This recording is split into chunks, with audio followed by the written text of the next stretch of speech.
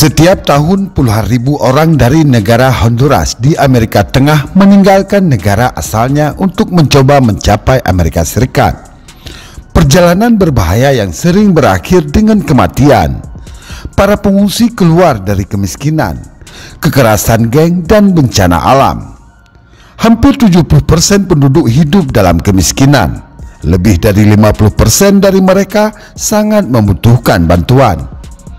Namun insiden kekerasan, perang geng, dan penculikan adalah bagian dari kehidupan sehari-hari di negara ini. Benarkah demikian? Simak video ini sampai selesai agar kita tidak gagal faham.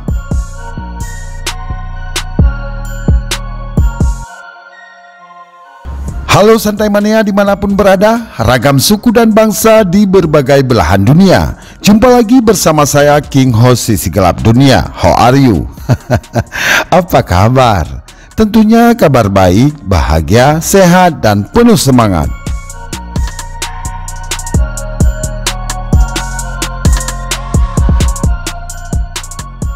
Lagi santai, santai aja.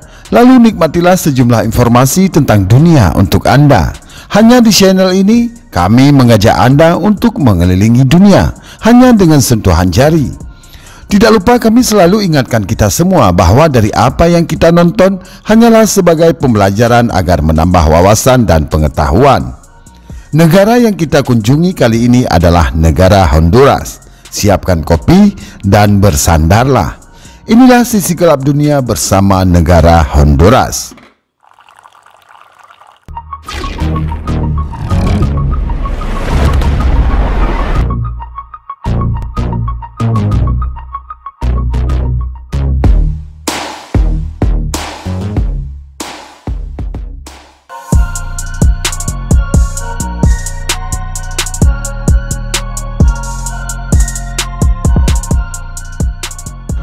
Republik Honduras adalah negara berkembang di Amerika Tengah. Negara ini bertetangga dengan Guatemala di sebelah barat, El Salvador di selatan, dan Nicaragua di timur.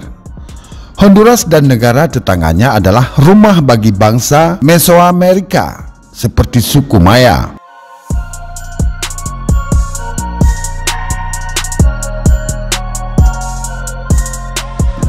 Honduras merdeka dari Spanyol pada tahun 1821 dan sampai sekarang selalu mengalami ketidakstabilan politik yang menyebabkan Honduras menjadi salah satu negara termiskin di benua Amerika.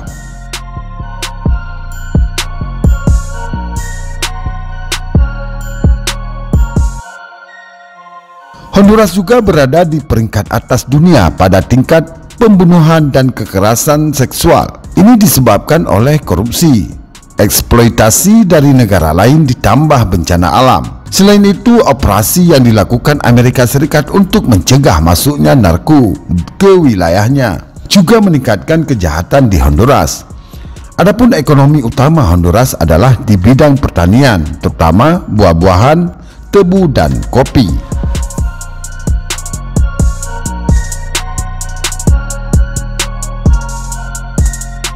Honduras negara yang lebih sering dilanda cuaca ekstrim seperti angin, topan, tropis, dan banjir. Hampir 70% penduduk hidup dalam kemiskinan. Lebih dari 50% dari mereka sangat membutuhkan bantuan. Insiden kekerasan, perang geng, dan penculikan adalah bagian dari kehidupan sehari-hari di negara ini.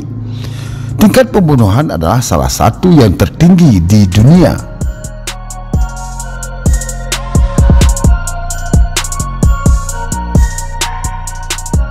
Terlepas dari kemajuan ekonomi, kemiskinan, ketidaksetaraan, dan kejahatan, kekerasan di Honduras terus menghambat pembangunan dan pencapaian tujuan pembangunan berkelanjutan atau SDG 2 tentang nol kelaparan dan perbaikan nutrisi.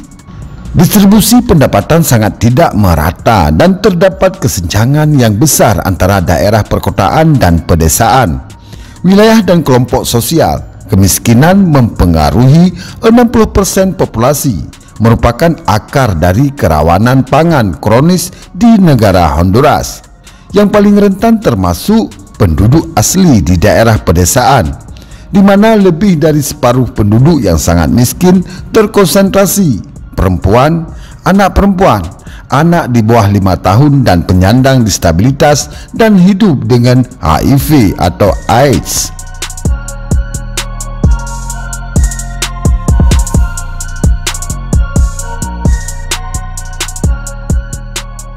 Kerentanan negara terhadap peristiwa iklim ekstrim memperburuk kerawanan pangan di wilayah selatan dan barat sesuai dengan koridor kering Honduras.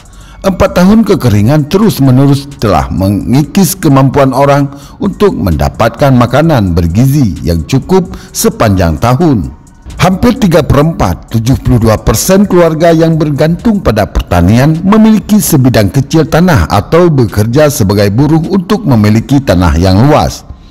Keterbatasan akses lahan, teknologi dan aset pertanian menghambat pengembangan potensi sektor pertanian itu sendiri.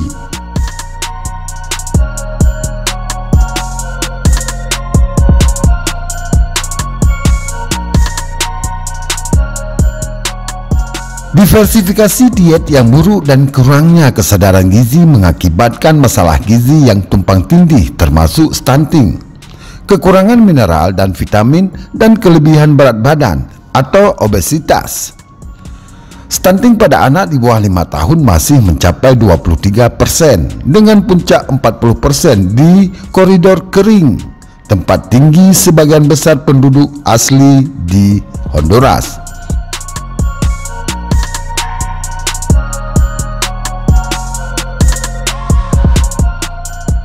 Anemia memengaruhi 29% anak di bawah 5 tahun dengan prevalensi hingga 60% pada bayi antara 6 dan 8 bulan serta 15% wanita dan anak perempuan usia subur. Urbanisasi yang cepat menyebabkan berkurangnya aktivitas fisik dan meningkatnya konsumsi makanan olahan yang kaya lemak, gula, dan garam meningkatkan tingkat kelebihan berat badan dan obesitas serta risiko penyakit kronis.